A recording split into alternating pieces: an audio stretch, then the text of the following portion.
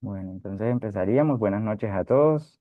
Hoy nos acompaña como moderador el doctor Fernando Orozco Gómez. Él es neuroradiólogo intervencionista, especialista en imágenes diagnósticas de la Universidad de El Salvador, con un fellow en neuroradiología intervencionista en el equipo de neurocirugía endovascular y radiología de Venería, Argentina.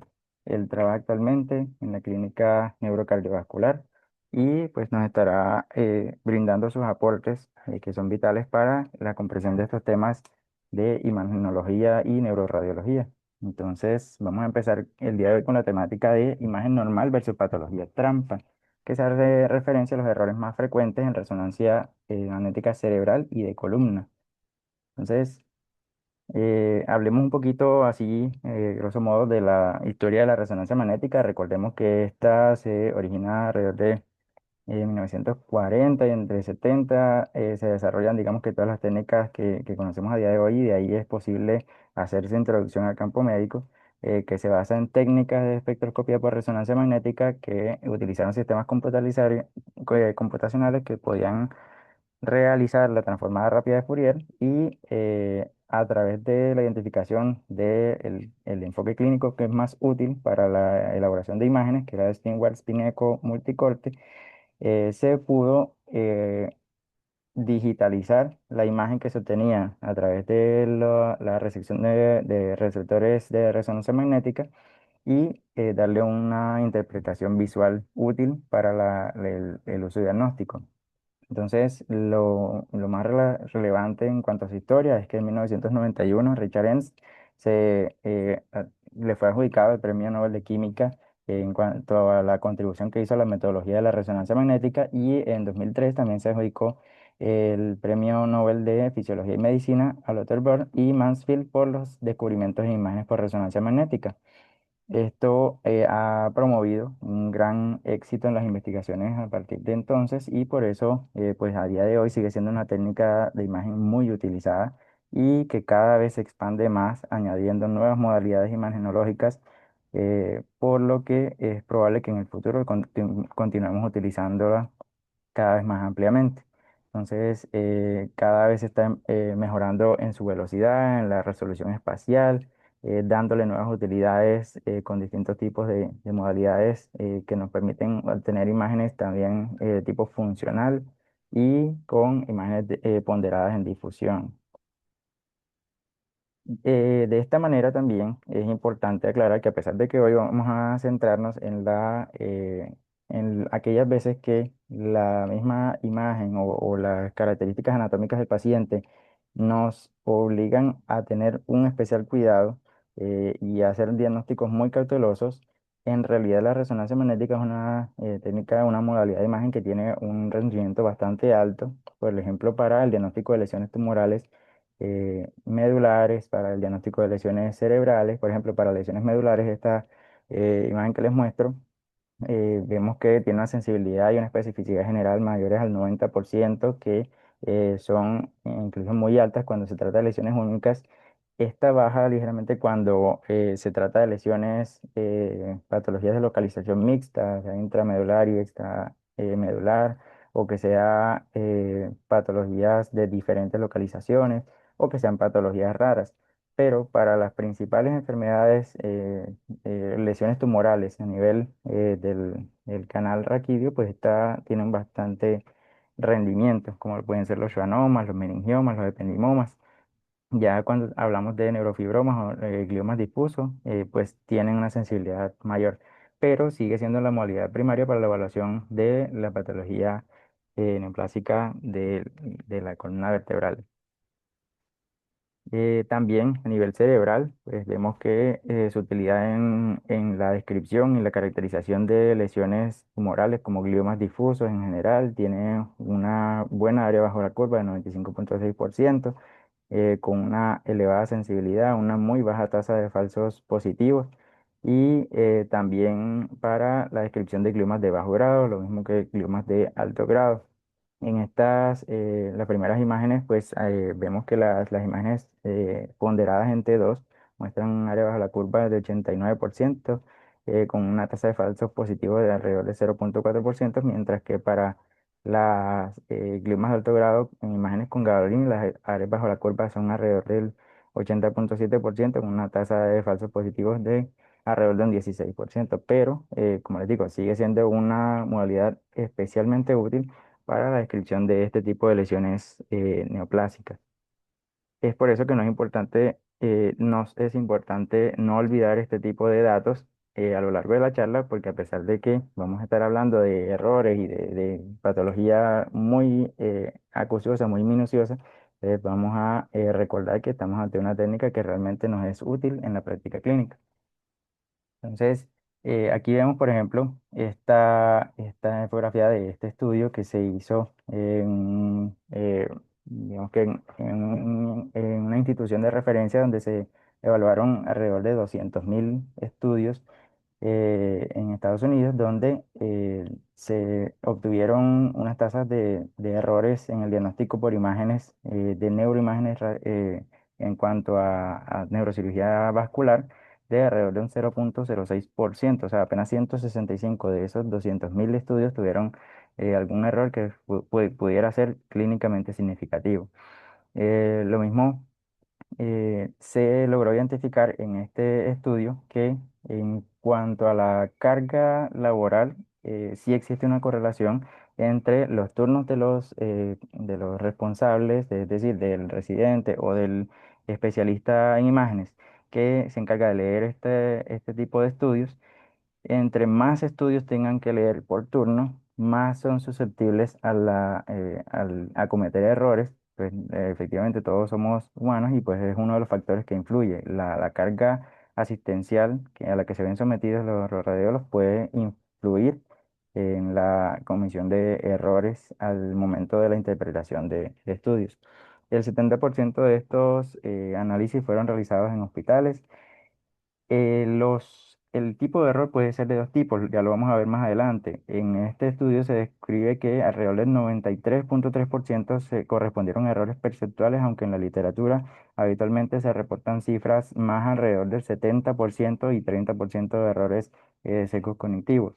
Y de los errores que se encontraron en este estudio, se documentó que alrededor del 93,9% pudieron haber llegado a ser errores clínicamente significativos y para esto existe esta escala de visualización que vemos que es el RATPIER que cataloga a cada uno de estos errores de acuerdo a si son omisiones entendibles o si son definitivamente no comprensibles de acuerdo a la formación médica de un especialista y si pudieran o no llegar a ser clínicamente relevantes. Esto es lo que quiere decir que sean RATPIR 2B o 3B.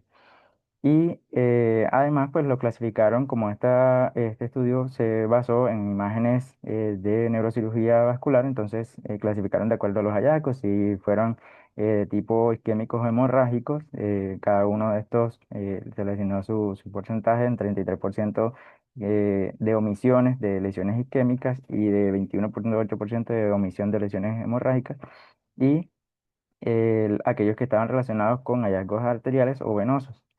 Y las áreas afectadas o las modalidades de imagen que fueron más comprometidas fueron, en primer lugar, la resonancia magnética cerebral.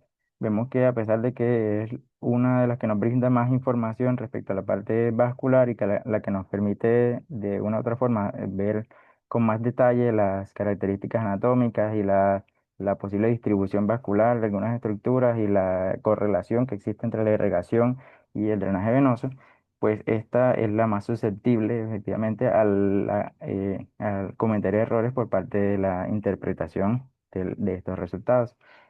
Entonces, es importante conocer este tipo de situaciones. En cuanto a la parte de columna, no son tan consolidados los datos como respecto a la parte cerebral, pero les traigo este estudio que es un poco más de tipo como anecdótico, lo interpreté yo, pero que sí nos puede dejar en manifiesto una realidad que vemos nosotros todos los días. En este estudio se localizó a una paciente de aproximadamente 65 años que tenía cursando con un cuadro más o menos de 2 meses de un dolor lumbar con unos síntomas radiculares hacia en la extremidad inferior izquierda, digamos que en territorio radicular de L5.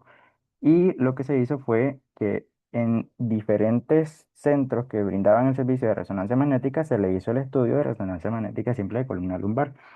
Lo que se encontró en este estudio fue que hubo alrededor de 49 hallazgos informados, es decir, que describían 49 ítems individualmente, haciendo la sumatoria de todo lo que fue descrito en todos los estudios. No hubo en este estudio ninguno de esos hallazgos que estuviera presente uniformemente en todos los estudios. Solamente hubo un hallazgo que estuvo presente en 9 de los 10 estudios que se mencionaron, sí, y alrededor del 32,7% de los hallazgos solamente aparecían en uno de los reportes imagenológicos. Es decir, que aproximadamente un tercio de la información que se reportaba sobre esas resonancias de columna solamente fue mencionada por uno de los intérpretes que evaluaba esas imágenes. Entonces, esto se le evaluó obviamente pues los índices de acuerdo, el índice de capa, por ejemplo, de Place capa, y se encontró que pues era un acuerdo deficiente de 0,20, más o menos 0,06, y esto pues se extrapoló a unos errores interpretativos promedios de 12,5 más unos 3,2 de 25 aproximadamente, con una tasa de fallo de alrededor del 43,6% en los exámenes. Esto pues nosotros lo vemos diariamente, por ejemplo, un paciente que nos llegue a nuestra consulta, que traiga un estudio y que por alguna razón de pronto un mes o 3 meses después se haya hecho otro estudio de una modalidad similar de resonancia magnética, pues puede que no se reporten hallazgos que en la primera nos habían dejado de pronto un poco más orientados hacia un diagnóstico, y esto pues nos puede dejar en un lugar con más retroceso respecto al proceso de atención que le estamos brindando a nuestro paciente. ¿Y de dónde vienen esos errores? Pues bueno, hay obviamente factores técnicos ya relacionados con la estructura propia de la elaboración del estudio, es decir, el diseño del bobinado de la máquina, los diferentes protocolos de adquisición, las versiones del software. Incluso se ha identificado que diferencias en la estructura propia, es decir, si los escáneres son multicoils o monocoils, pueden inducir sesgos en las medidas cerebrales de hasta un 9 o un 27,5%. Es decir, que debemos ser muy cautelosos al momento de interpretar las mediciones que hagamos, siempre entendiendo que es una responsabilidad muy alta de los sitios que prestan este servicio de mantener estos equipos bien calibrados para que estas medidas sean lo más correctas posible. También hay factores biológicos, se ha descrito en la literatura que en los hombres y sobre todo en la edad avanzada, cuando ya se dan cambios pronunciados por la atrofia cerebral, las mediciones cerebrales pueden influir marcadamente en la interpretación de los estudios.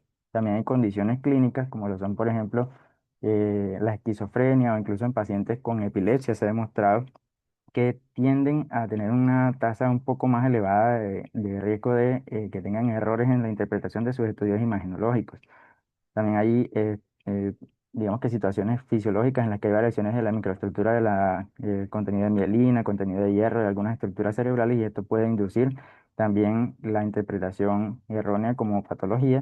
Y cuando existen, obviamente, los implantes metálicos, si estamos hablando de la creación de un campo magnético para el estudio imagenológico, pues esto puede interferir con la adecuada recolección de esos datos y de la captación en una imagen clara. Y pues obviamente lo que ya les mencionaba, los factores humanos como la fatiga, la carga de trabajo, la experiencia del radiólogo y los sesgos cognitivos que también son de relevancia para la interpretación de los estudios. Entonces, ¿cómo se presentan? Ya les mencionaba los errores perceptuales y los errores cognitivos. Los errores perceptuales son aquellos en los que el radiólogo no ve la anomalía, y esto resulta en un falso negativo a la hora de interpretar ese estudio, es decir, la anomalía pasa desapercibida, genera una falta de, perdón, es provocada por una falta de atención en la lectura de la imagen, y puede estar ocasionada por distracción, fatiga o sobrecarga laboral, que ya les mencionaba también.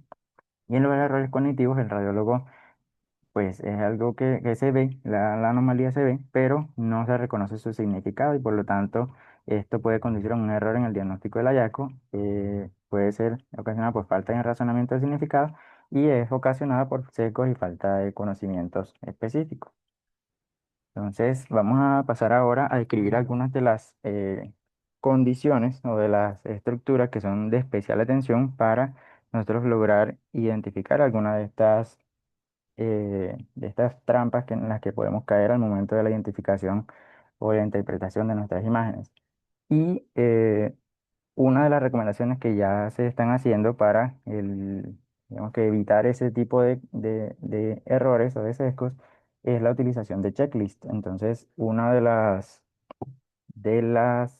recomendaciones que también les hago es que si están en un medio en el que les toque familiarizarse de sobremanera con este tipo de imágenes, pues traten de identificar qué checklists están a su disposición, que de pronto incluyan en la rutina de la evaluación de las imágenes los checklists más evidentes para que se puedan, digamos, orientar y tratar de evitar en la mayor parte su omisión. Entonces, empezaremos hablando con los surcos. Estos surcos, corresponden pues a las imaginaciones que genera la corteza cerebral a lo largo de su desarrollo embriológico y pues ya sabemos que la corteza lo que busca es ampliar la superficie donde esté disponible la sustancia gris para, digamos, que darnos una mayor ventaja evolutiva respecto al resto de especies.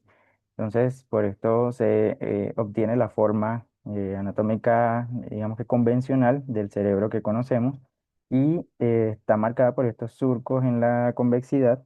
Me pongo un puntero por aquí. Estos surcos en la convexidad, que vemos que en esta resonancia magnética, en una secuencia T2, en un corte axial, se notan como espacios que en la corteza van a estar muy hiperintensos y que nos van a marcar pues la introducción de la pía madre que está firmemente adosada a la superficie cerebral hacia los surcos y quedando por encima de la misma el espacio subaracnoideo con sus trabéculas llenas del líquido cefalorraquídeo. Entonces, esto es lo que va a resaltar, digamos que a ser de importancia en la secuencia T2, que el líquido que vamos a ver en los surcos se va a ver característica blanca o hiperintensa. Y lo mismo acá en la resonancia magnética, en la corte coronal con secuencia T1, vamos a ver, pero esta vez pues el líquido ya va a ser un líquido más hipointenso, obviamente, por la modalidad de obtención de la imagen. Entonces, hay algo que vamos a ir viendo poco a poco y son cosas que se pueden omitir de pronto en el estudio de las imágenes. Uno es el borramiento de los surcos y vemos aquí cómo los surcos que veíamos en la imagen anterior pues tienden a desaparecer. Esto, lo que vemos aquí es un paciente que tuvo una parada cardíaca y que posterior a esto presentó un edema cerebral difuso. Entonces, esto es lo que nos puede llevar a este borramiento de los surcos. La presencia de estas hiperintensidades que se resaltan acá también están relacionados con la presencia del edema en nivel de la sustancia blanca. Y esto, digamos que es lo importante a resaltar en estas imágenes. Otro factor importante a conocer ante la evaluación de los surcos es el cambio que puede haber en el número de forma fisiológica a lo largo de la vida, y sobre todo en radiología pediátrica. Nosotros vemos que cambia mucho la forma de interpretación de las imágenes porque es necesario conocer la edad de nuestro paciente para poder interpretar de manera correcta los hallazgos que estamos viendo. Por ejemplo, en estas imágenes de resonancia magnética, lo que vemos son la formación de los surcos a partir de diferentes puntos de la edad gestacional. Aquí vemos en relación con cada uno el número de las semanas en las que se toma esta imagen de la edad gestacional y vemos entonces que si de pronto tenemos un parto prematuro, un recién nacido prematuro, que le vamos a hacer un estudio imagenológico y que tiene de pronto este aspecto, pues vamos a encontrar que los surcos que estamos buscando, que por ejemplo son como estos que vemos acá en la semana 39, no se van a estar presentando de la misma manera. Entonces podríamos erróneamente interpretar esto como una lisencefalia o como una paquigiria y esto pues ya sabemos las implicaciones que tiene para de pronto el desarrollo cognitivo, el desarrollo intelectual de los menores y pues esto los podría de pronto hacer un screening incorrecto hacia un tipo de patologías que quizás pudieran no presentar. Es cierto que Si bien la prematuridad es un factor de riesgo para algunas de estas condiciones, pues no se relaciona directamente con la presencia o ausencia de este número de surcos, ya que, como les digo, estos se pueden incluso terminar de formar después del nacimiento en pacientes con prematuridad. Otra imagen que podemos encontrar de forma, digamos que normal en pacientes pediátricos es la ampliación de los espacios. Por ejemplo, en este es el caso de un niño de aproximadamente de 10 meses de edad, si no estoy mal, que mencionaba en el artículo, que corresponde pues a una ampliación de estos espacios subaracnoideos que están alrededor de nuestro encéfalo. Y esto se da de forma fisiológica en la infancia, entre los 2 y los 4 años también, en la que hay un crecimiento desproporcionado de lo que es la cavidad craneal, y esta cavidad craneal puede dejar por detrás levemente al crecimiento cerebral, el cual digamos que termina de madurar y de crecer y de alcanzar ese crecimiento habitual aproximadamente al quinto año. Entonces, es un hallazgo que puede ser común en este tipo de infantes y no es, digamos que, de despreciar si se presenta algún tipo de sintomatología, pero pues es importante conocer que puede ser fisiológico. ¿Sí? Hay otros estudios especiales donde puede presentarse el caso de que nosotros tengamos unos surcos aparentemente normales, pero el paciente presente una sintomatología, por ejemplo, en paciente que presenta un cuadro de cefalea intensa, que presenta también de pronto visión borrosa, unos surcos aparentemente normales, como lo vemos acá en un estudio de resonancia magnética en un corte sagital, en una secuencia T1, también vemos acá unos surcos preservados. Sin embargo, hay algunos hallazgos que podrían orientarnos a la identificación de estas patologías, como lo pueden ser en esta secuencia axial T2, puede ser, por ejemplo, esta presencia de hiperintensidad en la silla turca, que podría relacionarse con una silla turca vacía, y también el engrosamiento o la presencia del líquido cefalorraquídeo en la vaina del nervio óptico, y pues acompañada también de esta tortuosidad, como vemos aquí también, que podría sugerir la presencia de un síndrome de hipertensión endocraneana, digamos que anteriormente llamado benigno, idiopático. Esto pues es de resaltar en pacientes adultos que presentan mucho con esta sintomatología. Entonces es importante conocer las imágenes para tener en cuenta que a pesar de que nosotros tengamos una presencia de surcos dentro de la normalidad en nuestra resonancia, eso no descarta una patología como tal.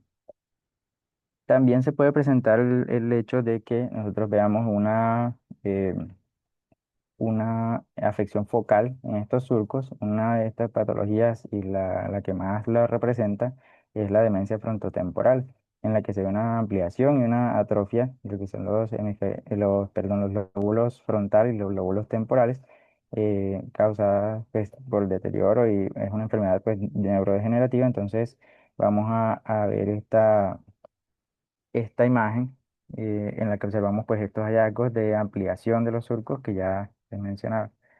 Lo mismo puede pasar en otra estructura encefálica que tiene surcos, pues que es el cerebelo. En este caso hablaremos de una atrofia cerebelosa que puede estar en relación con múltiples causas, como el consumo crónico de alcohol, como el uso de fármacos eh, anticrisis, que también pueden presentar algunos como la fenitoína, esta hallazgo a largo plazo. Entonces es importante relacionar esto como ya lo veíamos en el caso del inicio, con la historia clínica, los antecedentes del paciente y el motivo de consulta. También podemos encontrar el caso tanto de la ampliación, como lo veíamos, como de la disminución focal de estos surcos. Así, por ejemplo, aquí en esta imagen de resonancia magnética en un T1 axial, vemos como los surcos en este hemisferio izquierdo pues están relativamente preservados, pero acá a nivel de la convexidad frontal están completamente borrados esos surcos, no se logran identificar, así como las circunvoluciones que se ven del lado izquierdo. Y pues si uno, digamos que no es muy acucioso, pudiera de pronto obviar esta imagen hipointensa que se ve acá en la región frontal, pero ya con otras secuencias de la misma imagen podemos identificar pues que es una lesión propiamente la que está generando un edema focal en esa área. En este caso se trataba de una pseudoneoplasia calcificante del neuroeje en un niño, entonces es importante reconocer este tipo de imágenes para identificar pues, la probable causa de la patología de nuestro paciente. Y uno de los hallazgos que es de más relevancia al momento de lograr, digamos que interpretar correctamente una resonancia magnética, que es las hiperintensidades que se pueden presentar en FLAIR a nivel de los surcos cerebrales. Y hay una plétora de causas que pueden ocasionar estas hiperintensidades, como lo vemos aquí.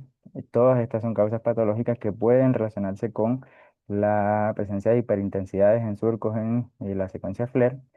Pero además de esto, también hay una cantidad de artefactos que podrían relacionarse con la presencia de hiperintensidades en los surcos en la secuencia FLAIR. Entonces es muy importante conocer muy bien la historia clínica del paciente, conocer sus datos de relación, sus datos epidemiológicos incluso, conocer el motivo de consulta, el estado actual del paciente. Y es por eso que es importante que nosotros nos acostumbremos como médicos clínicos y quirúrgicos a hacer una adecuada descripción en las solicitudes radiológicas que hagamos para que el radiólogo tenga mucha más información al momento de hacer la interpretación correcta de una imagen. ¿Listo?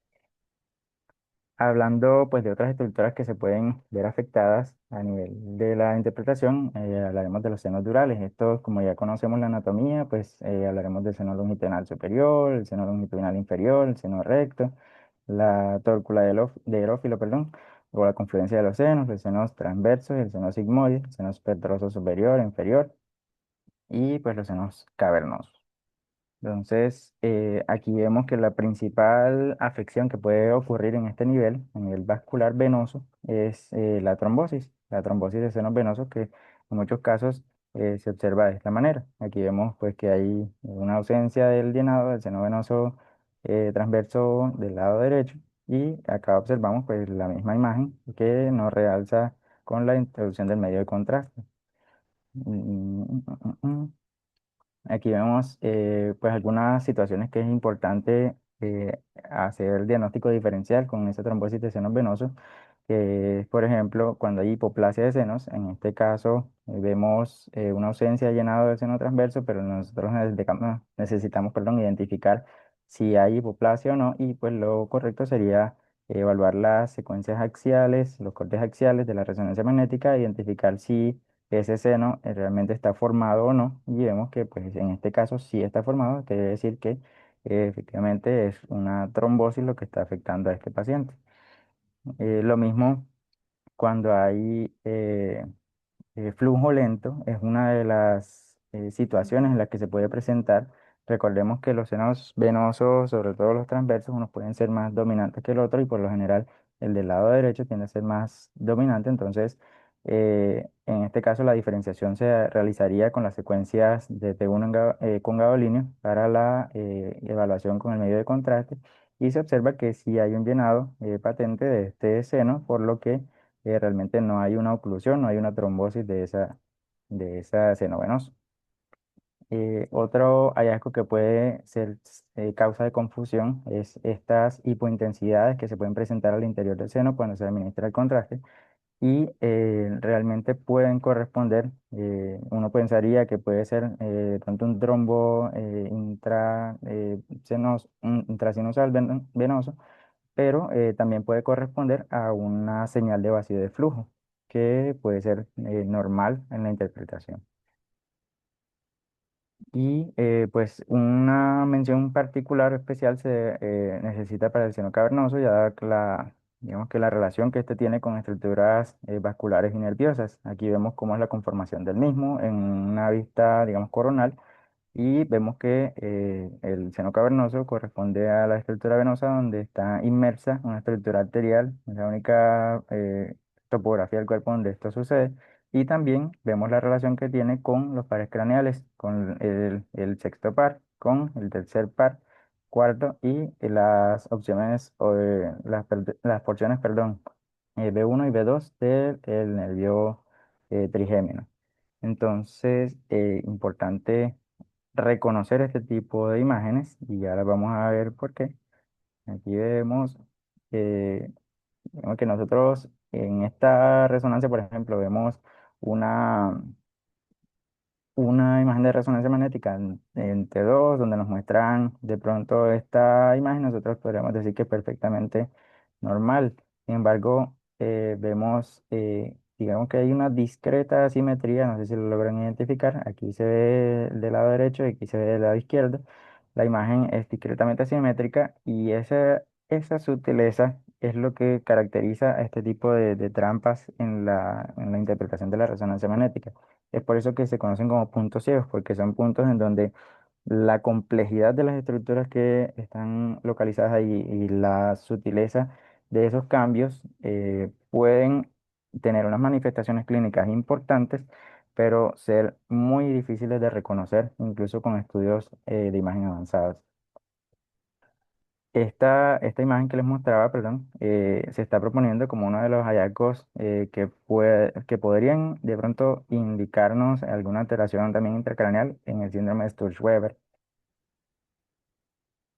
También se puede localizar en esta área algunos tumores como los meningiomas, por ejemplo.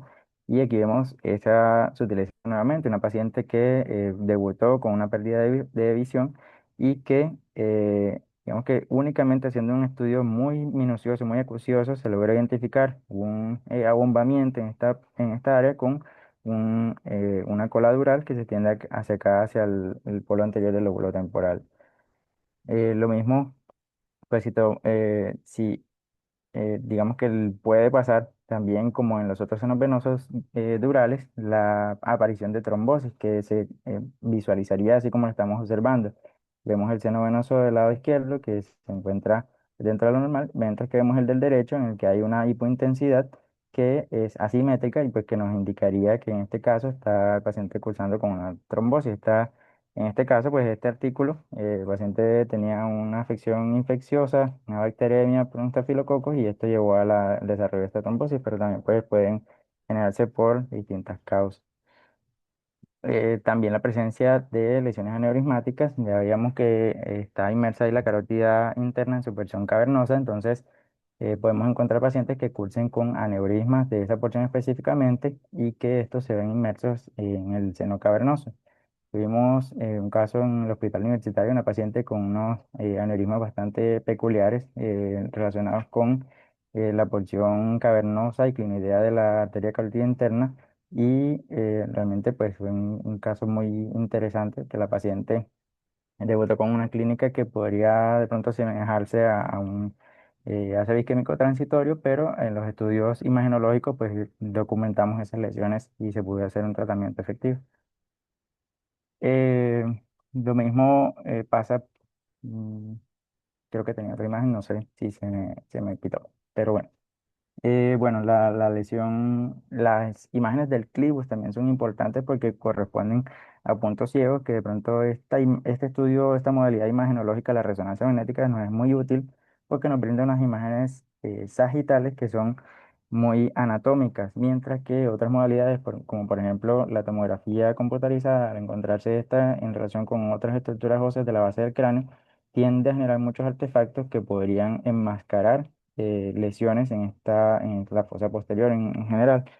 Entonces, aquí vemos cómo es una imagen de un clivus que está normal, mientras que acá en esta imagen de la derecha podemos identificar que hay discretas hipointensidades a su interior y además existe un engrosamiento de los tejidos faríngeos y adenoideos preclivales y por lo tanto, pues en este paciente es necesario descartar algunas patologías de índole neoplásico, por ejemplo.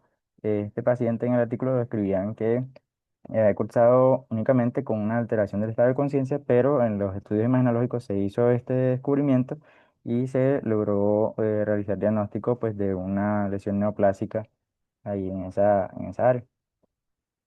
Lo mismo, la fosa de Meckel, la fosa de Meckel, pues conocemos que es un repliegue dural que está inferior al, digamos que sí, inferolateral al seno cavernoso y que, donde reposa pues el ganglio de Gasser, el ganglio trigeminal, y pues que de ahí sus ramas B1 y B2 pasan a la parte lateral del seno cavernoso para tener sus distribuciones específicas. En este caso, pues lo que vemos es una infiltración perineural, lo que vemos aquí, esta cola que se extiende desde la porción anterior en estudio de resonancia magnética, y lo que vemos es esta hiperintensidad. Esta paciente cursaba previamente con un carcinoma de células escamosas de la región, digamos que de la región de la mejilla del lado derecho, y que a través de invasión perineural esta lesión pudo alcanzar la fosa de Meckel de ese lado. Lo mismo es necesario evaluar muy acuciosamente los tejidos blandos parafaringeos. Los tejidos blandos parafaringeos siempre nos los muestran o están inmersos en los resultados de resonancia magnética cuando nosotros evaluamos estudios buscando estructuras de la base del cráneo. Y muchas veces los pasamos por alto. Entonces, podemos identificar, por ejemplo, la principal técnica o estrategia que podemos utilizar para identificar estructuras o anomalías en este caso sería la simetría. Entonces, hay que identificar muy, digamos que invasivamente la simetría para tratar de identificar si las estructuras realmente son normales o no. Aquí, por ejemplo, si trazamos una línea que curse por la línea media, pues vemos que esta imagen que se realza aquí con la flecha negra, pues obviamente ya en el artículo, pero esta estructura pues no corresponde a nada que esté de este lado. En este caso, el paciente cursaba con un carcinoma faríngeo que hasta ese momento de esta imagen era oculto. Lo mismo, y aquí hacemos conexión con la parte de columna. Los tejidos parafaringeos nos lo muestran también ya en la faringe con relación con las primeras vértebras cervicales. Y aquí vemos también un paciente que tenía una lesión neoplásica. Si nosotros vemos, pues las estructuras de la columna pues se encuentran relativamente normales y uno podría informarlas así, pero ya los tejidos blandos parafaringeos pues sí son otra historia. También es muy importante evaluar a nivel de la columna vertebral las estructuras vasculares. Un paciente, por ejemplo, que presentaba mucho dolor cervical y dolor de cefalea, vino consultando y se le hizo esta imagen por el dolor cervical, encontrando esta hiperintensidad y esta división, digamos, de la arteria vertebral, lo cual en un estudio de tomografía se logró identificar también una disección de la arteria vertebral que pues, posteriormente llegó a su respectivo tratamiento. Sin embargo, pues es importante reconocer que para la identificación de estructuras, digamos que de la columna vertebral y su relación con las estructuras óseas es más, digamos que tiene mejor rendimiento utilizar la tomografía de columna. Mientras que si queremos hablar de los tejidos blandos, obviamente, pues la resonancia magnética nos brinda muchísima más información respecto a estructuras vasculares y a estructuras nerviosas. Por eso que vamos a ver que en las siguientes diapositivas vamos a utilizar estudios de tomografía también. Aquí vemos, por ejemplo, un paciente que consultaba con un cuadro de dolor a nivel cervical, que se quejaba de algo de incluso rigidez a la movilidad, y se le identificó pues una estrechez del canal cervical, no sé si es el canal cervical, pero haciendo, digamos que estudios complementarios para su manejo terapéutico, pues se logró identificar que en las vértebras afectadas existía también un desplazamiento de la arteria vertebral que digamos que involucraba la vía de acceso que más comúnmente se utiliza para el tratamiento de esta patología de manera quirúrgica, que es la vía anterior, haciendo pues el abordaje, digamos que discal a este nivel. Entonces se hizo un estudio angiográfico en el cual se reveló efectivamente que existía una tortuosidad de la arteria vertebral a ese nivel, y pues fue posible evitar, digamos que una catástrofe que pudo haber sido quirúrgica al momento de llevar a este paciente a un procedimiento. Lo mismo ocurre, por ejemplo, en resonancias de la columna lumbar, cuando el paciente se queja de dolor lumbar constante. Este paciente, por ejemplo, cursaba con una espondilodiscitis, una afección inflamatoria infecciosa de la columna vertebral, a nivel del disco intervertebral, Y asimismo, pues se reportó en la imagen un abombamiento acá de la aorta abdominal. Sin embargo, pues vemos acá como en este nivel, además de pues el aumento que existe en la tomografía de los tejidos de la columna, pues existe un aneurisma irregular de la aorta que también pues es de gran importancia conocer en caso del paciente en el momento de suponer cualquier tratamiento de esta o cualquier otra patología que el paciente pueda tener.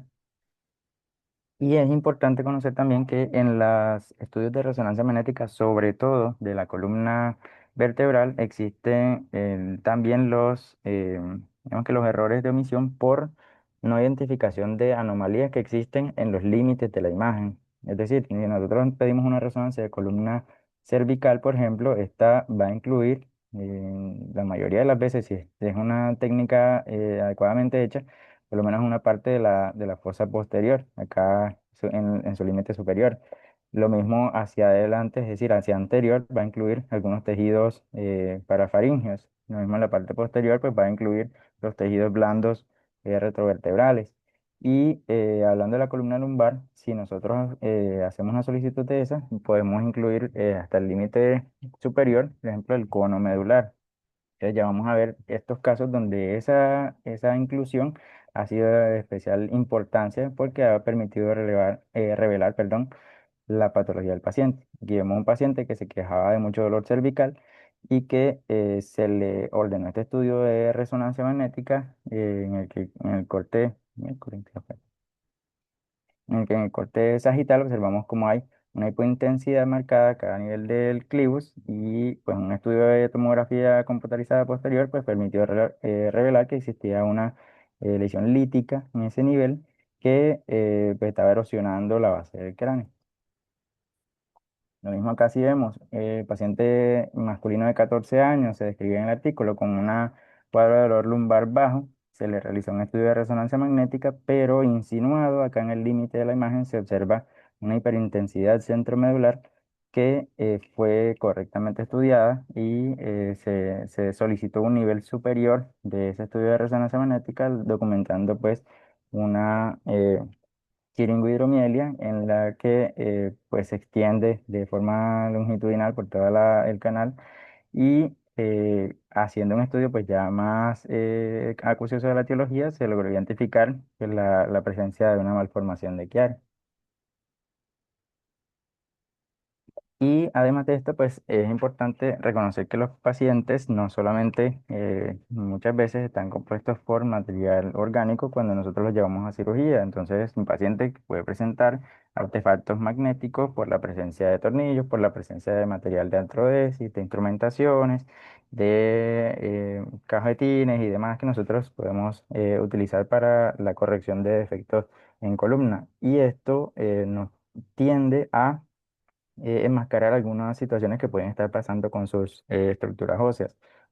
Pero, por ejemplo, en este caso, el artefacto magnético de los tornillos, pues podría, digamos que, interpretarse como enmascaramiento de estas hipointensidades que se ven acá a nivel lateral en el sacro, pero ya los estudios perdón, de tomografía computarizada que nos demuestran mejor las estructuras óseas, pues nos muestran estas fracturas que existen acá por insuficiencia ósea, por la osteopenia con la que cursa este paciente.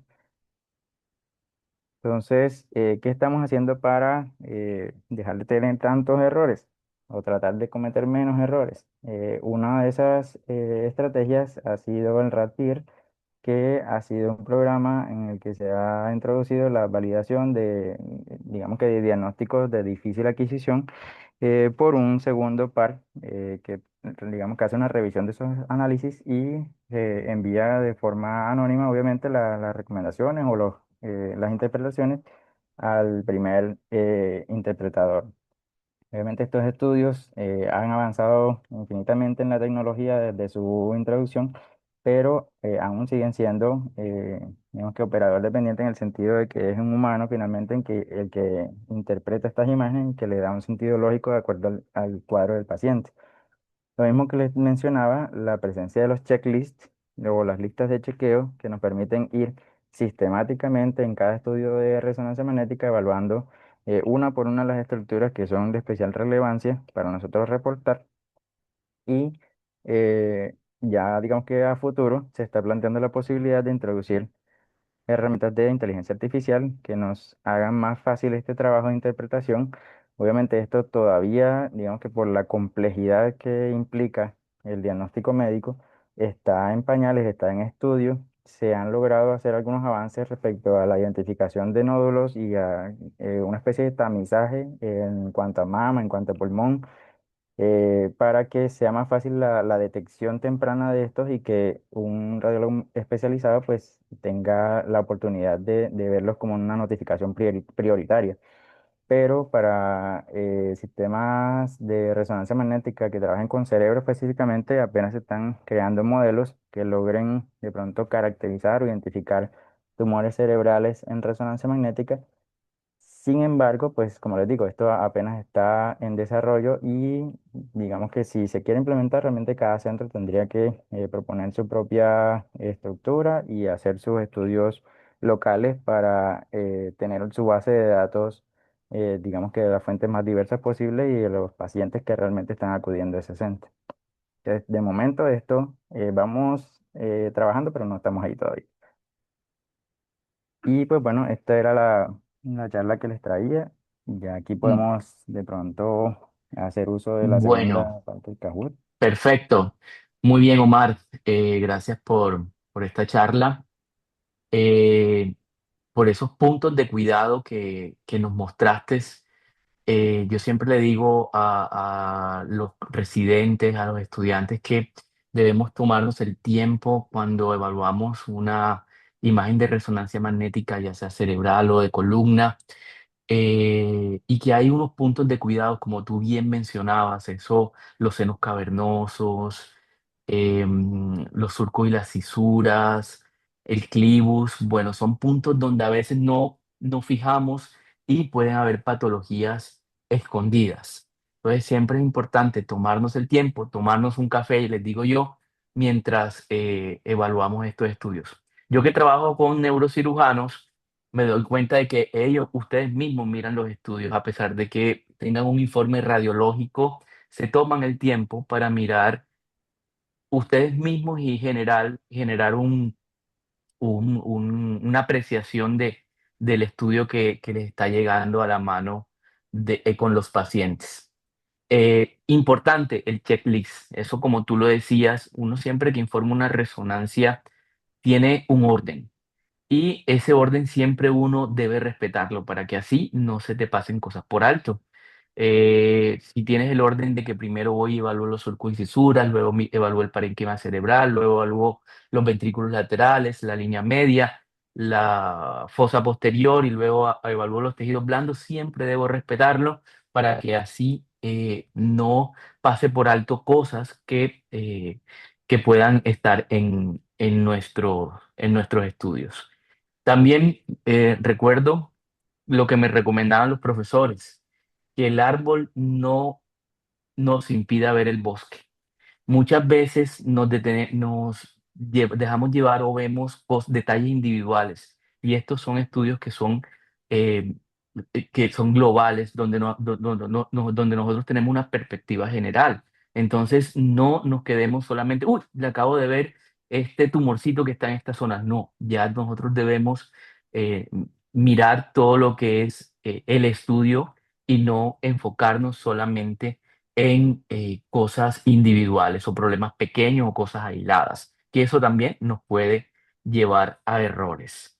Y otra cosa que también les quería comentar y que se lleven a casa es dos cosas en realidad. Una, cuando evaluamos las resonancias magnéticas, tener cuidado con el calcio, porque el calcio puede no verse o puede verse.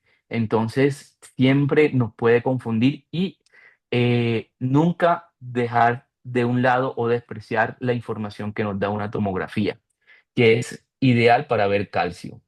Y también les digo, no olviden nunca las 5 hiperintensidades que hay en la resonancia, en el T1. Con eso siempre llegamos a identificar lo que pueden ser las estructuras, las cinco hiperintensidades que son la grasa, la sangre en su estadio de metahemoglobina, los líquidos altos en proteína o los quistes con contenido mucinoso, la melanina y el calcio, porque el calcio lo podemos ver hiperintenso o hipointenso también. Listo. Entonces, bueno, para seguir en nuestra actividad. Espero que ya todos estén conectados en Kahoot. Entonces vamos a hacer una rondita de preguntas antes de ver un caso clínico. Adelante.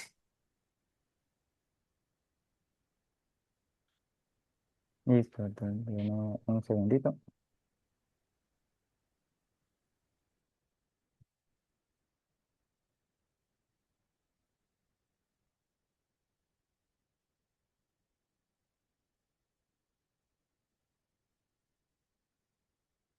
Entonces, veo que hay dos personas aparentemente conectadas. Mm.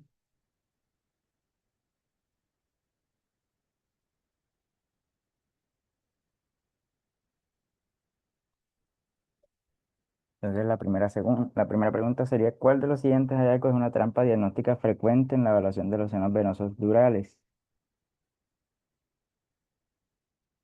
Primero, las granulaciones aracnoideas, la asimetría de los senos transversos, el flujo lento con hiperintensidad en T1, o todas son correctas.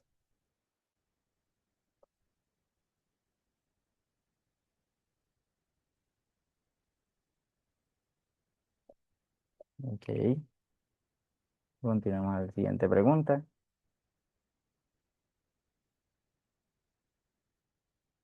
Daira nuevamente liderando el podio. ¿Cuál de los siguientes hallazgos es una trampa diagnóstica frecuente en el clivus, en resonancia magnética? La hipointensidad focal en T1, la expansión ósea, la médula ósea hipointensa por conversión gas incompleta o el realce patológico.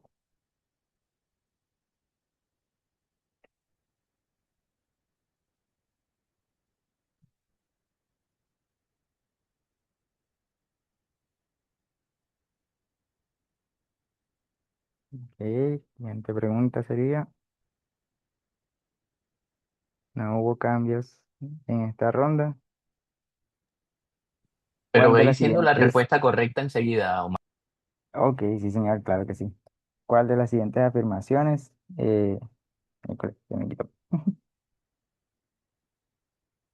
Listo. Siempre están completamente fuera del campo de los estudios cerebrales. No contienen ganglios linfáticos relevantes. Esto es sobre los tejidos blandos parafaringe. La simetría es una de las claves para detectar patología o solo se ven con resonancia contrastada. En este caso, pues la respuesta correcta es la asimetría. Como les decía, es importante recalcar que ¿Qué pasó, Daira? ¿Qué pasó? los estudiantes, sí que las estructuras sean simétricas.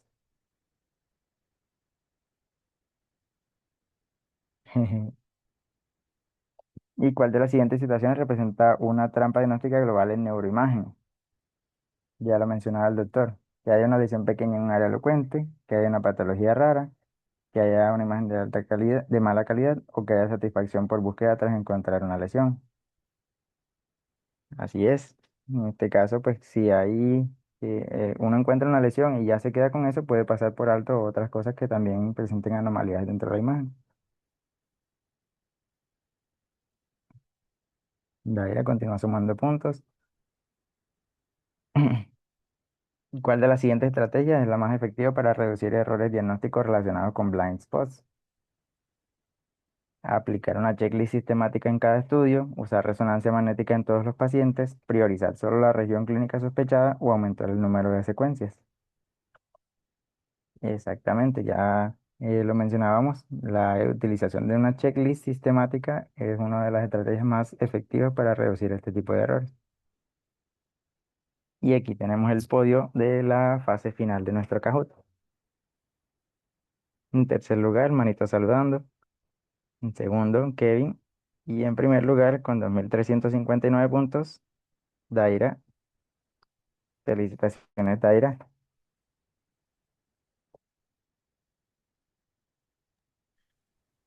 Muy bien, Daira, te Hola, ganaste tu Doc. café. Listo. Muy bien. Bueno, ahora vamos a pasar a nuestra última parte de rapidez, donde vamos a ver un ejemplo de esto, de lo que hemos estado hablando. Así que, bueno, Oscar, Bueno, buenas noches a todos. Mi nombre es Oscar adelante. Gutiérrez, soy residente de primer año de la Universidad del SINU y del programa de radiología. Y pues vamos a proceder ahora a presentar un caso bastante puntual y bastante rápido de lo que pues viene siendo en gran parte como bien el compañero había dicho, los errores que podemos cometer o las lesiones que, por decirlo de una forma, podemos obviar por ir de manera rápida o no tomarnos el tiempo adecuado para ver o valorar un estudio. Entonces voy a compartirles adelante inicialmente una tomografía de una paciente, les voy a ir comentando el caso y pues explicando la imagen. Ahí comparto acá.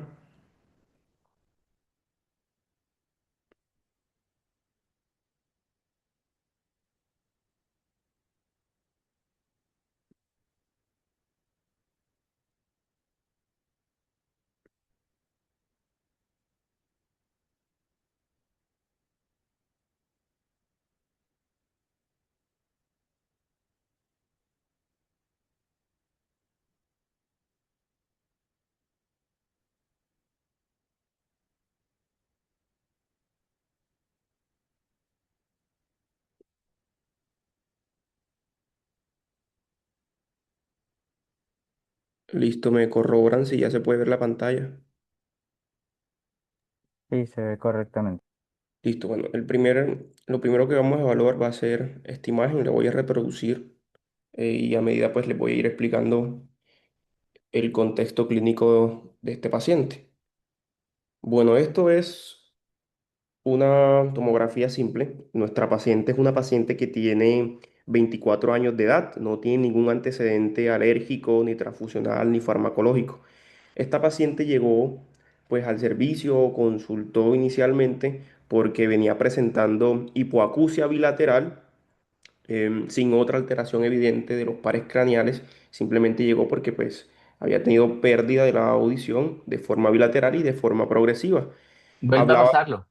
Hablaba de forma normal, tenía un lenguaje coherente. La evolución motora de ella, pues tenía debilidad en el miembro inferior derecho, aproximadamente una escala de Daniels de 3 de 5. Además de eso, tenía hiperreflexia rotuliana. Le hicieron la prueba de Romberg y le dio positiva. Generalmente, pues el Glasgow de ella fue conservado, un Glasgow de 15. Sin embargo, pues al momento de hacer este estudio, observamos la siguiente imagen, que fue esta que les acabo de mostrar en la Espérate tomografía. ahí. Omar, ¿qué te pareció la tomografía? Vuelve a pasar.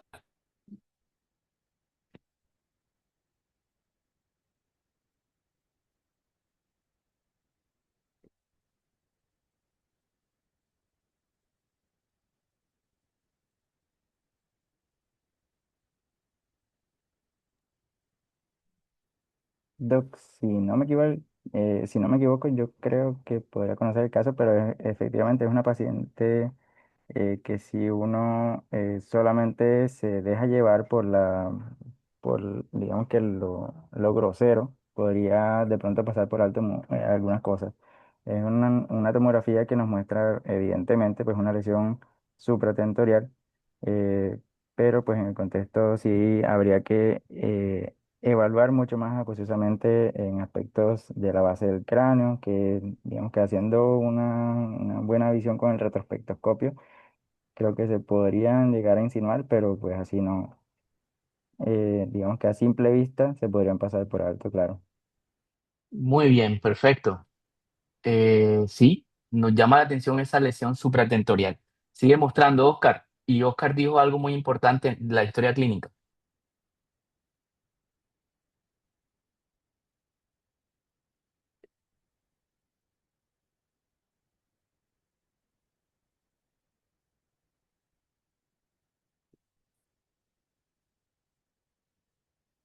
Bueno, con respecto pues a la paciente, para hablar respectivamente de la lesión que presenta, evidentemente pues voy a parar la reproducción aquí en este punto.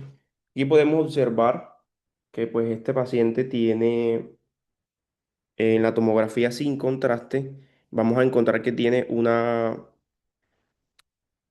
una lesión ocupante de espacio extraxial. Nos podemos dar cuenta que está casi que pegada a la parte de lo que es repliegue de las meninges y pues a la tabla ósea. Eso nos hace pensar de que es una lesión extraxial. Va a tener pues efecto de masa y en la parte central va a ser hiperintensa. Eso nos habla pues de que si le colocamos nosotros a la medición de las unidades Hounsfield, nos va a dar casi que similar la densidad del hueso. Em, Hablando de que es una calcificación que tiene ahí a nivel central. Una lesión pues ovalada, bien circunscrita, que además de eso hace efecto de masa y alrededor podemos observar que tiene edema vasogénico, que podemos observar allí. Listo. Ante estas características, pues nosotros como primer diagnóstico podemos evaluar o podemos pensar en un meningioma, que es el tumor más frecuente de las meninges. Y pues dadas las características de todo lo que presenta la paciente, es, eh, es un meningioma. Posterior a estos hallazgos, pues la paciente evidentemente fue evaluada por el servicio de neurocirugía, por el tamaño de la lesión, por el efecto de masa que comprometía y por toda la sintomatología que presentaba, fue llevada a resección de esta lesión. Voy a mostrar ahora la tomografía que se hizo después de control postquirúrgico, pues donde vamos a evidenciar pues básicamente todos los cambios que tenemos aquí pues de la craneotomía que se realizó y pues de los cambios postquirúrgicos habituales. Tenemos un neumoencéfalo, que pues, es un neumoencéfalo postquirúrgico en el contexto de esta paciente y podemos observar pues los cambios a nivel de la tabla ósea. ¿Ya? ¿Qué pasa? Que la paciente después de esto persistía con los síntomas, persistía con la hipoacusia bilateral. Si bien mejoró un poco la parte de la debilidad de los miembros inferiores, ella persistía con la hipoacusia bilateral y persistía con alteración en la marcha y alteración en el equilibrio. Por lo que ante estos hallazgos se decidió hacer un estudio más específico, que fue una resonancia magnética con contraste, se le hizo con contraste y pues la voy a reproducir y para ver pues si alcanzan a ver por lo menos la lesión y pues me van comentando. Y pues posteriormente pues abordaremos ya el caso de qué fue lo que observamos. Ahí la voy a pasar varias veces.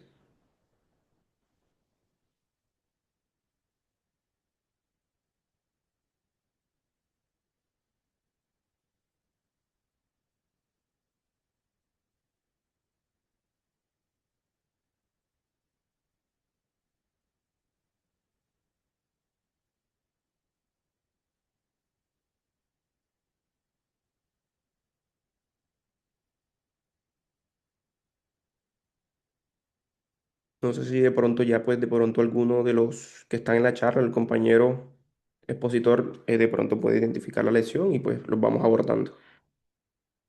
Es algo que, pues, como había bien comentado, cuando uno lo ve de manera muy rápida o cuando no se toma el tiempo adecuado para ver la lesión, se le pueden pasar desapercibidas. Por eso siempre también, aparte de los sitios que bien se comentaron, del clivus y demás, siempre hay que tener en cuenta la sintomatología, la clínica del paciente, porque pues nos puede orientar a dónde nosotros podemos buscar las lesiones.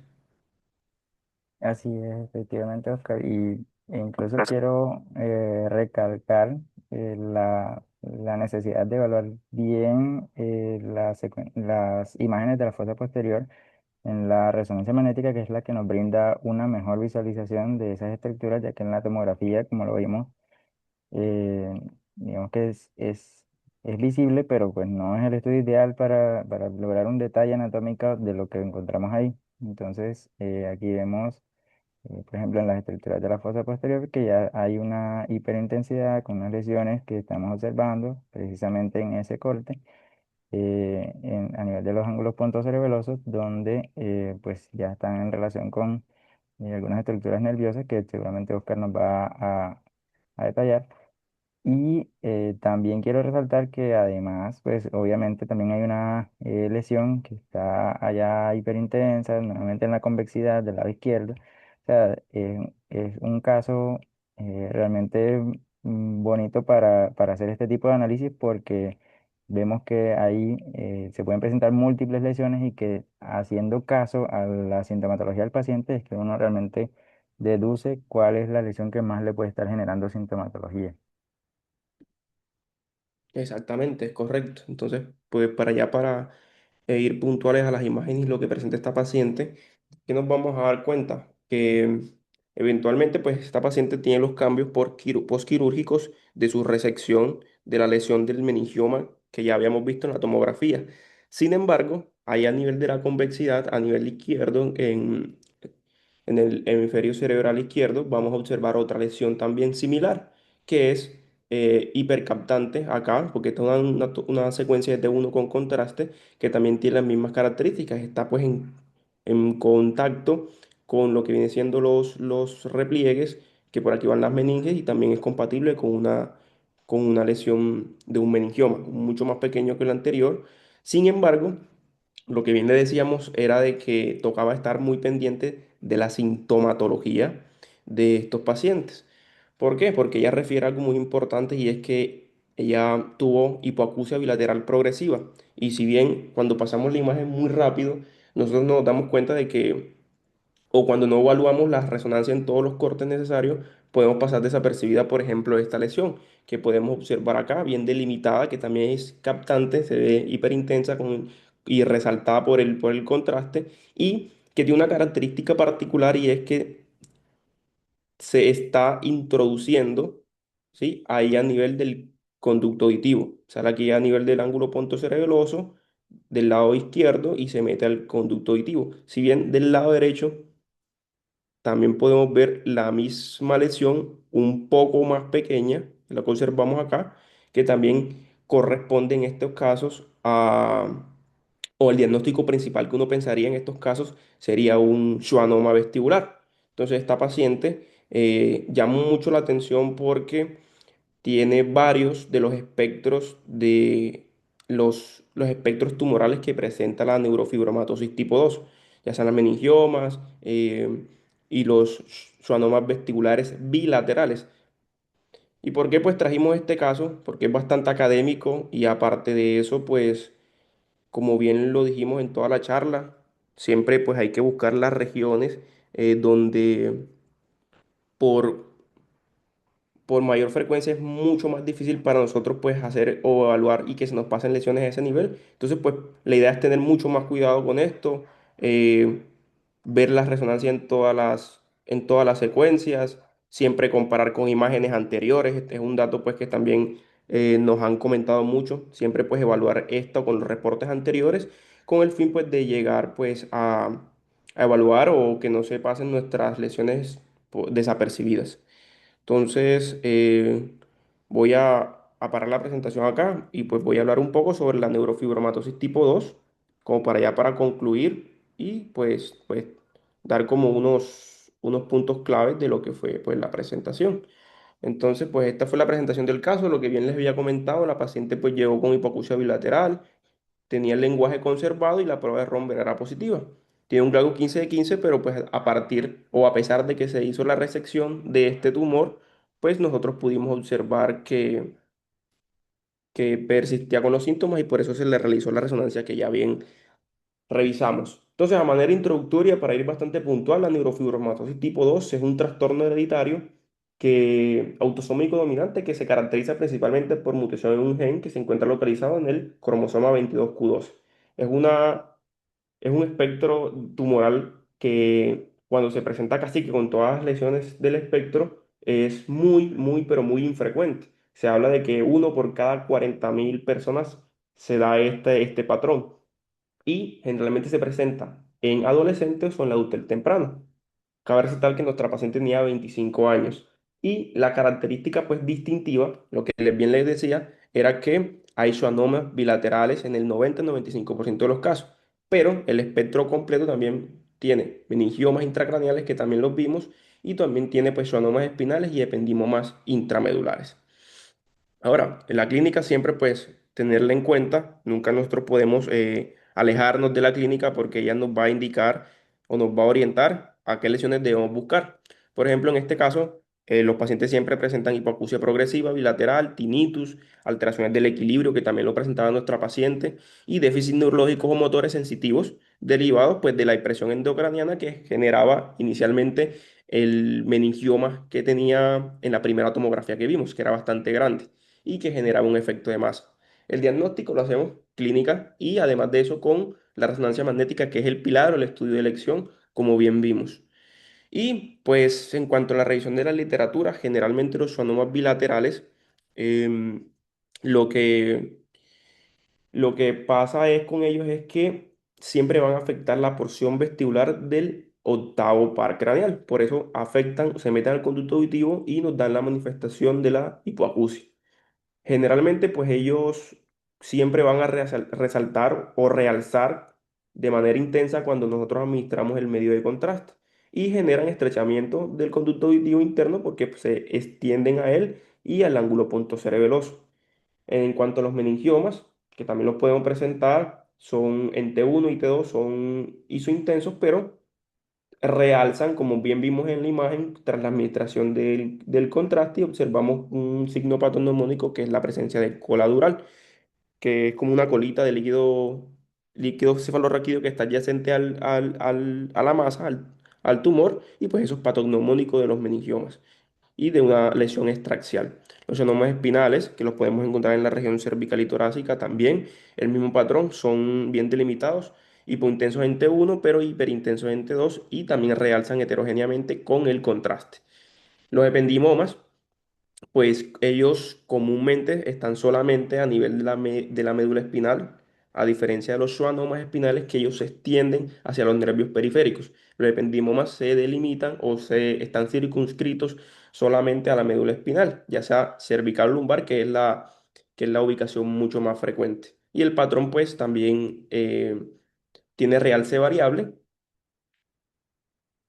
¿Qué pasa? Pues lo importante de este caso es que la paciente presentaba varias o casi que todas las manifestaciones tumorales del espectro de la neurofibromatosis tipo 2 en ella. Y por eso pues es un caso que es bastante académico, bastante educativo, que también nos sirve en este contexto para evaluar lesiones que se nos pueden pasar desapercibidas simplemente porque diagnosticamos una lesión muy grande y se nos pasaron las pequeñas o porque simplemente pues, resolvimos lo más grande y no le seguimos estudiando las otras lesiones, no seguimos viendo qué más tenía la paciente en nuestras imágenes.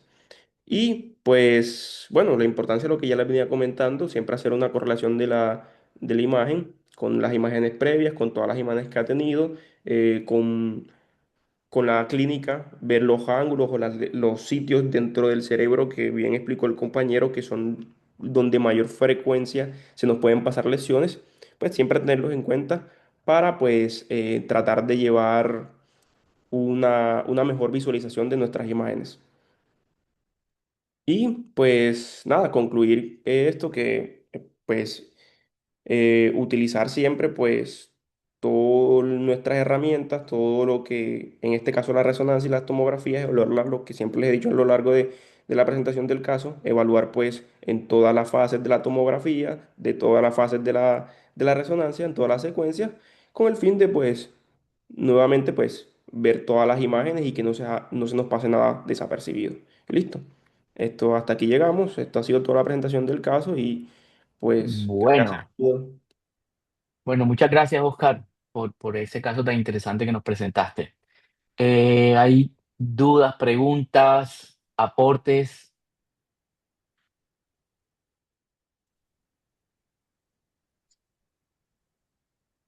Hola Fernando, te habla Hernando Alvis, del Hola, Servicio de Nando. Neurocirugía de la Universidad, para agradecerte extensamente que nos hayas apoyado en la actividad de hoy. Esperamos que se sigan repitiendo este tipo de encuentros que son beneficiosos para ambos. De pronto, para dar una perspectiva de la nuestra, que es de la visión del cirujano, lo otro que no podemos olvidar es el paciente que va hiperoxigenado por alguna razón, ya sea porque está en sedación y está recibiendo un aporte adicional de oxígeno durante la realización del estudio, que es uno de los diferenciales también de las hiperintensidades subaracnoideas. Eh, Hay otra cosa que a nosotros no nos gusta mucho porque a veces nos embolata un poquito, utilizando la palabra embolatar como una forma muy simplista de manifestar el problema. Fíjense que hay veces que nos llegan pacientes con estudios de 3 teslas, de 1.5, y a veces llegan pensando pues que un estudio de mayor potencia necesariamente va a dar con lo que nadie les ha diagnosticado. Y eso pasa muchísimo en la columna. En columna, muchas veces un estudio súper potente puede, a mi parecer, confundir más que aclarar, especialmente si no está bien calibrado el protocolo o el dispositivo. Y eso lo digo porque en columna, cuando uno evalúa a pacientes en columna, el informe, ¿cierto? El paciente lo asume como una lista de diagnósticos. Entonces coleccionan hernias, coleccionan discopatías y demás. Eso también como para, digamos que no va a confundir necesariamente al momento de decisiones, pero sí confunde en el momento de que el paciente vea, porque el paciente lee su informe y entonces ve que hay hernia desde el disco más alto hasta el disco más bajito, entonces llegan súper preocupados. ¿Qué otra cosa para decirles? También desde la perspectiva del cirujano, porque ustedes leen los estudios en sus monitores de altísima resolución y demás, pero muchas veces uno tiene que ver un estudio en el computador que tiene el monitor más elemental de la hospitalización, por ejemplo, que se ve todo súper pixelado y demás. Y a veces pasa que uno ve una anomalía en la tomografía o en la resonancia y uno tiene que hospitalizar paciente porque puede tratarse de una lesión de bajo grado, alguna cosa, aquí exagerando, pero resulta que se hace el estudio y uno va allá y lo ve incluso en la estación de trabajo y resulta que no había nada, que era un estudio completamente normal. Eso también ocurre. ¿Sí? A veces uno se confunde porque uno no tiene eh, todas esas herramientas. Lo más importante para nosotros es entender el problema clínico que tiene el paciente para también poder buscar en la resonancia. A nosotros nos pasa mucho eso, de que uno llega al paciente y uno dice, la lesión está en tal parte, y de pronto uno va allá y ¡paz! La encuentra y no revisa el resto. Y enseguida va tomando decisiones, hay que operarlo, no hay que operarlo, no sé qué, y resulta que no vimos que había un aneurisma, que había una malformación pequeña, que había alguna otra cosa. Entonces, son situaciones que son comunes. Imagino que también ocurrirá en otras especialidades quirúrgicas. Y nada, para agradecerle también a los residentes que participaron, Omar, muy entretenido todo. Y vamos a ir modificando todas estas oportunidades tecnológicas como el Kahoot para que de pronto la población que nos acompaña también se divierta. Bueno, Nando, muy bien. Mejórate de la gripa, ¿no? Como con gripa, sí. No, estamos bien. Bueno, El habla listo. así.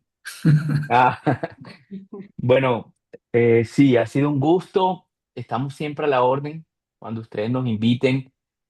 Ustedes son los primeros que ven esos reportes y siempre queremos que sea acorde a lo que ustedes esperan, esos reportes que nosotros hacemos para llegar a la solución de nuestros pacientes. Así que bueno, a la orden y hasta la próxima. Descansen.